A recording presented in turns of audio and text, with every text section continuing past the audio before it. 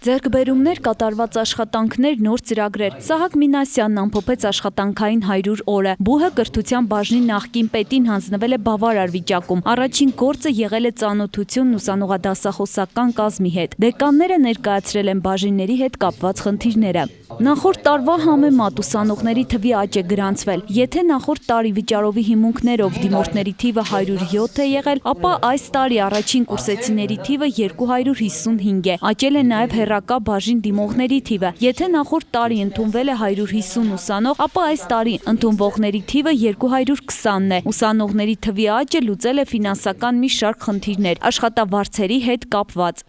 Խնդրահարույց է եղել աշխատողների աշխատավարձի խնդիրը։ Շատ կարճ ժամանակահատվածում ուսումնասիրել եմ հնարավորությունները, նախաձեռնություններ ենք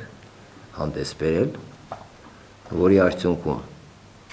բարելավվել է նաև, արվելի է բարելավել նաև ֆինանսական վիճակը եւ արդյունքում սեպտեմբերի 1-ից մեր բուհի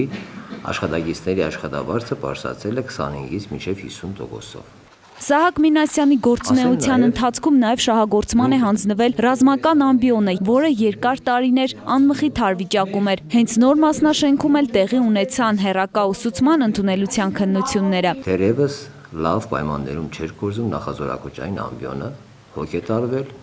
ամբիոնը տեղափոխվել է նոր մասնաշենք, ունի ավելի լավ պայմաններ, որը այսօր հարիր է պատերազմող երկրի դպրոցահասակներին նախազորակոչային պարաստականության ուսուցիչներ պատրաստող ամբիոնին։ Զինում ենք նորագույն տեխնոլոգիաներով, որովհետեւ մեր հետագա զինվորական մանկավարժները հնարավորինս լավ հիմնարար կրթություն ստանան եւ կարողանան դաստիարակել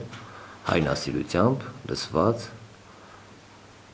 մեկ ազգ, մեկ պետություն կոչին հարիր մանկավարժ մասնագետներ։ Ռեկտորի ժամանակավոր պաշտոնակատարը խոսեց նաև բուհի հավատարմագրման ու նոր կարգավիճակի տրման մասին։ Ձեռնամուխ ենք եղել եւ իրականացվել է բուհի կարգավիճակի փոփոխման հիմնախնդիրը։ Հայաստանի Հանրապետության կառավարության սեպտեմբերի 22-ի որոշմամբ Գյումրու պետական մանկավարժական համալսարանը վերակազմավորվել է Շիրակի պետական համալսարան, նորից Միքայել Նալբանդյանի անվան,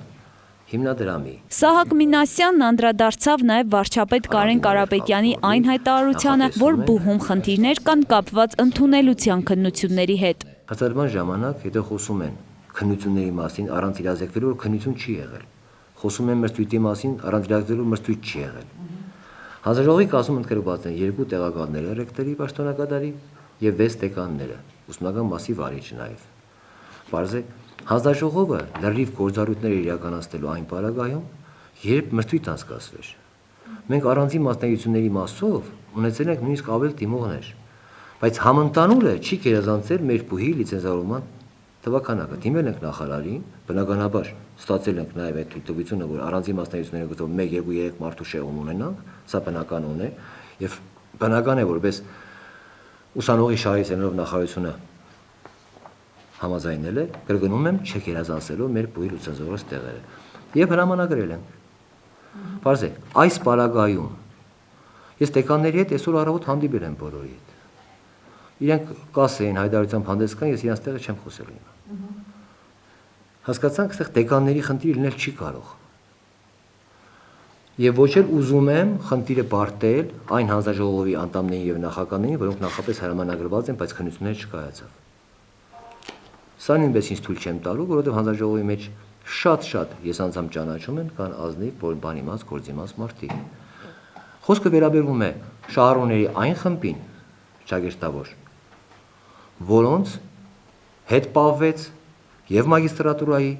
եւ հեռագայի ընդունելության ընդհանուր գործընթացից։ Առաջիկայում նախատեսվում է 150 նստատեղ ունեցող դահլիճի վերանորոգումը, կստեղծվի նաև 2 լսարան հեռակա ուսուցման դասապրոցեսի կազմակերպման նպատակով։ Գյուղական բնակավայրերի ուսանողների համար էլ 70-ից 80 մահճակալ ունեցող հաստատություն կստեղծվի։ Հեղինե Մանուկյան, Խաչատուր Գևորգյան, այսօր։